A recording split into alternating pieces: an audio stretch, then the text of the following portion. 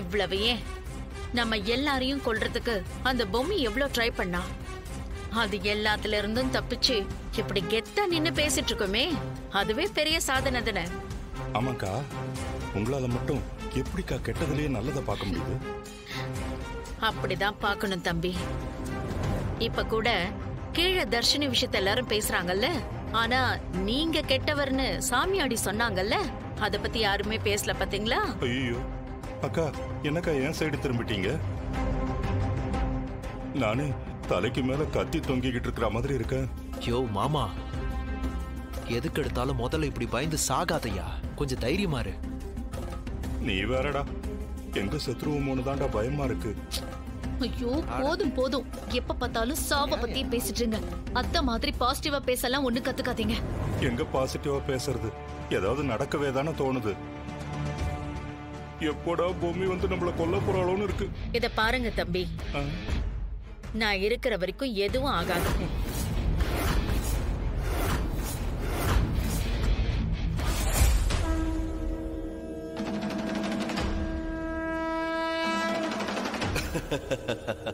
பிரபஞ்சத்தில் இருக்கும் கிரகங்கள், நட்சத்திரங்கள், உயிரினங்கள், ஏன் மனிதர்கள் உட்பட அனைத்தும் பிறந்து மடிந்து மீண்டும் பிறக்கும் தொடர் நிலைகளுக்கு உட்பட்டவைகளாக மாறுகின்றன. மூலம் ஒன்று, அது இரண்டாக பிரிந்து அவை மூன்று கூறுகளாகி அதன் பிறகு ஐம்பூல மூலக்கூறுகள் ஆயின. இயற்கைக்கு சொந்தமான நிலம், நீர், காற்று, நெருப்பு, ஆகாயம், இந்த ஐம்பூதங்களும் மனசு வச்சா இங்க பல அதிசயங்கள் நிகழும். அப்படி ஏற்பட போகும் அதிசயத்தில் வேடனை நிரந்தரமாக அழிக்க மீண்டும் பார்த்திபன் வருவான். விதி வலியது.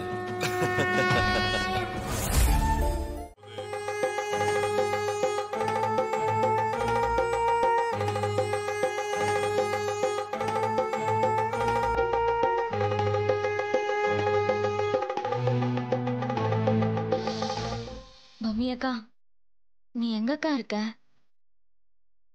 சீக்கிரம் வாக்கா, உன்னை நான் உடனே பார்த்தாகணும். எப்பவும் எல்லாருக்கும் தைரியம் சொல்ற தாத்தாவே இன்னைக்கு ஏதோ பெரிய தப்பு நடக்க போற மாதிரி என் மனசுக்கு தோணுதுன்னு சொல்றாரு.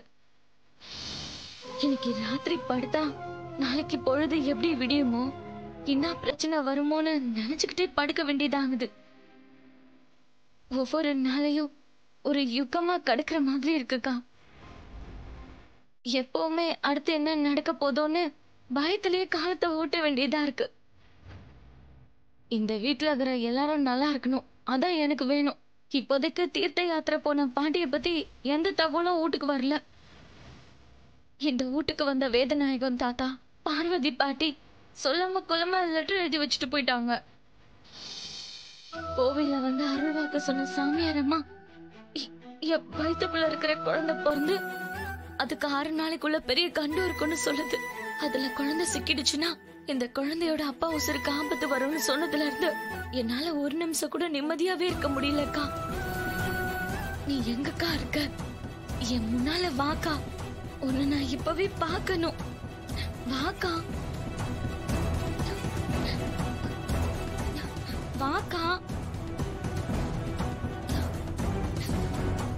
பொம்மி அக்கா, நீ எங்கக்கா இருக்க?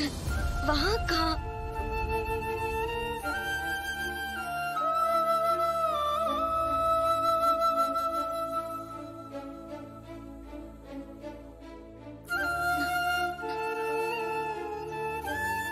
நான் கூப்பிட்ட உடனே வந்துருமே. ஒருவேளை அக்காவும் ஏதாவது ஆபத்துல சிக்கிருக்குமோ, என்னாச்சுன்னு தெரியலையே. என்னாச்சுக்கா?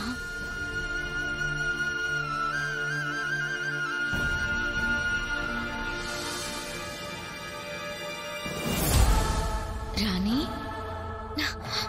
அக்கா,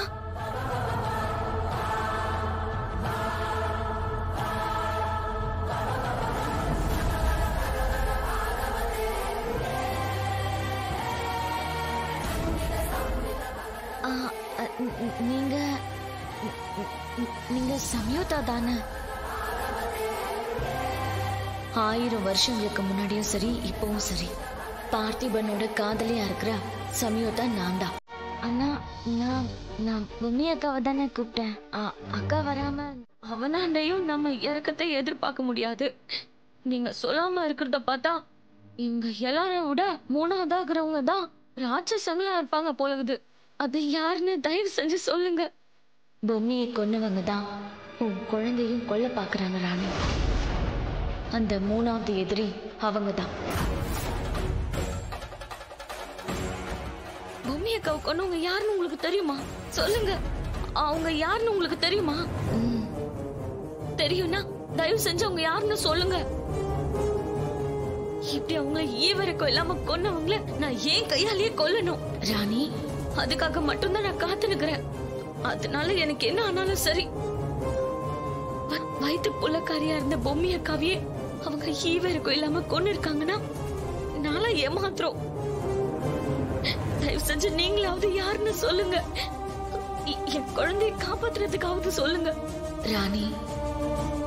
அது யாருன்னு என் வாயால நான் சொல்லக்கூடாது. என்னதான் நாங்க ஆத்மாவா இருந்தாலும் விதிக்கு மாறான செயல்களை நாங்க செய்யக்கூடாது. நீயா தெரிஞ்சுக்கணுங்கிறது தான் விதி. அதனால நேரம் வரும்போது நீயே தெரிஞ்சுக்குவ ராணி.